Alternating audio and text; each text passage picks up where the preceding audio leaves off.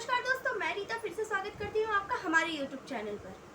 तो अभी जो अग्निपथ स्कीम आई है, जो जवानों के लिए, जो मिलिट्री में जवानों की भर्ती की जो स्कीम आई है, उस स्कीम को लेकर अब जगह जगह पे प्रदर्शन होना शुरू हो गए हैं। जहां सोमवार को ये स्कीम का ऐलान किया गया सरकार द्वारा, तो वहीं बुधवार को इसके लिए प्रदर्शन जो है वो जगह जगह पर देखे गए। सबसे ज़्यादा प्रदर्शन जो है वो बिहार में देखा गया। जवानों के साथ जो विपक्षी पार्टी है उनके द्वारा ये जो प्रदर्शन है वो देखा गया।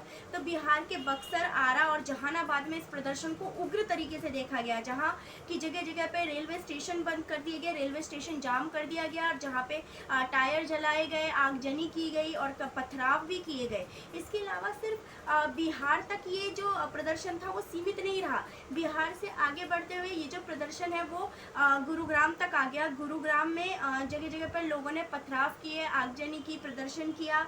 और वहीं गुरुग्राम में ही जो जयपुर और दिल्ली को जोड़ने वाला एनएच हाईवे था उसको भी जाम कर दिया गया। उस पर भी उसकी यातायात को बाधित कर दिया गया। तो आपको बताते हैं कि आखिर इस तरह से प्रदर्शन क्यों हो रहा है, इस तरह का उग्र प्रदर्शन किस वजह से हो रहा है, आखिर इस अग्निपथ स्कीम में है क्या, जिस वजह से जो युवा है और जो विपक्षी पार्टी है वो इस तरह से नाराज़ है और इस तरह से अपना नाराज़ होकर अपना जो गुस्सा है, नाराज़गी है वो जाहिर कर रहे हैं। तो ये एक स्कीम जो है वो आपको संक्षिप्त में बताते हैं कि सोमवार को सरकार द्वारा, यानी जो रक्षा मंत्री है राजनाथ सिंह, उनके द्वारा ये स्कीम लाई गई और इस स्कीम का नाम था अग्निपथ स्कीम। तो राजनाथ सिंह ने इस स्कीम का ऐलान किया। अग्निपथ स्कीम के तहत ये था कि जो मिलिट्री के जो जवान हैं उनकी भर्ती की जाएगी 90 दिनों के अंदर। 90 दिनों के अंदर 46 जवानों की भर्ती की जाएगी। और ऐसा अब युवाओं का इसमें ये मानना है कि 3 साल हो गए कि सेना में कोई भर्ती ही नहीं हुई है। 3 साल में सेना में कोई भर्ती नहीं हुई है। तो अब ये मुद्दा ये है कि ये जो स्कीम आया है, इस स्कीम में आखिर परेशानी क्या है। तो आपको बताते हैं, छोटा छोटा करके शॉर्ट में आपको बताते हैं कि इसमें परेशानी क्या है। ये जो स्कीम है ये 46,000 जवानों की भर्ती की स्कीम है। इसमें आपका जो जवानों की जो तय उम्र होगी वो 17.5 साल से 21 साल के अंदर होगी। इसके अलावा आपको बता दें ये एक शॉर्ट टर्म स्कीम है।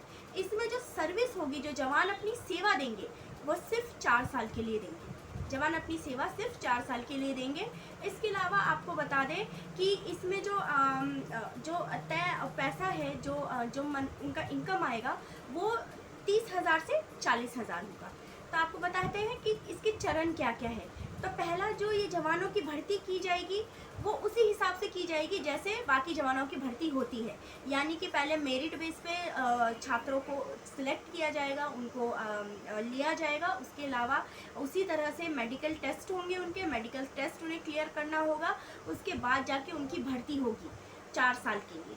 इसके अलावा दूसरे चरण में जो उनका भत्ता तय किया गया, जो उनकी सैलरी तय की गई है वो होगी 30,000। पहले साल में उनको 30,000 रुपये मिलेंगे, दूसरे साल में उनको 33,000 रुपये मिलेंगे। तीसरे साल में जो उनकी भर्ती के उनकी सेवा के जो पैसा होगा वो होगा 36,500। और चौथे साल में जो होगा उनका 40,000 जो होगा उनका पैसा उनको दिया जाएगा, सैलरी दी जाएगी 40,000 रुपये। इसके बाद उन्हें निष्कासित किया जाएगा और उसमें से मान लेते हैं 100% में से जो 25% जवान ऐसे होंगे जिनको स्थायी क्वार्टर में स्थान मिलेगा, और बाकी 75 जवानों को निष्कासित किया जाएगा और उन्हें पेंशन के तौर पर उनको पेमेंट दिया जाएगा, पैसा उनका तय किया जाएगा। तो अब यहाँ पे जवानों का मुद्दा ये है कि जो 100 में से 25% लोगों को तो स्थायी क्वार्टर मिल जाएगा, परंतु जो 75% लोग जो रह जाएंगे उनका क्या। पेंशन के अलावा अगर पेंशन को छोड़ दे तो वो जॉब कहाँ करेंगे, उनको जॉब कहाँ मिलेगी और वो किस तरह का जॉब करेंगे। उन्होंने 17.5 साल से लेके 21 साल तो अपने दे दिए आपके मिलिट्री सेवा में। तो उसके बाद उनका क्या होगा, उनका जो बाकी का उम्र बचेगा उसमें वो क्या करेंगे। तो सबसे बड़ा सवाल ये खड़ा उठता है कि ये किस तरह की सेवा है जिसमें सिर्फ 4 साल की रोजगार टर्म को तय किया गया है। और दूसरी बात ये भी है कि जवान कहते हैं, जो युवा है वो कह रहे हैं कि 3 साल हो गए कि कोई सेना में कोई भर्ती नहीं हुई। 3 साल से सेना में किसी तरह की कोई भर्ती नहीं हुई है। और अभी जो 2 सालों से जो तैयारी कर रहे हैं, जो छात्र, जो मिलिट्री के जो जवान, जो छात्र जिसकी तैयारी कर रहे हैं सेना की फौज की, तो उन लोगों का जो तैयारी है वो व्यर्थ हो जाएगा, उसका कोई मायने नहीं होगा। क्योंकि ये जो स्कीम है उन जवानों के लिए भी तय की जा रही है।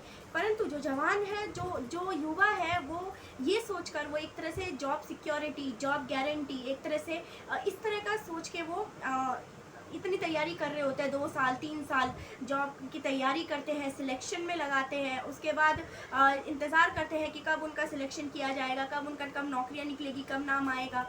तो इस तरह से जो उनका वक्त है, उनका समय है, वो बर्बाद हो जाएगा, उनकी मेहनत भी बर्बाद हो जाएगी।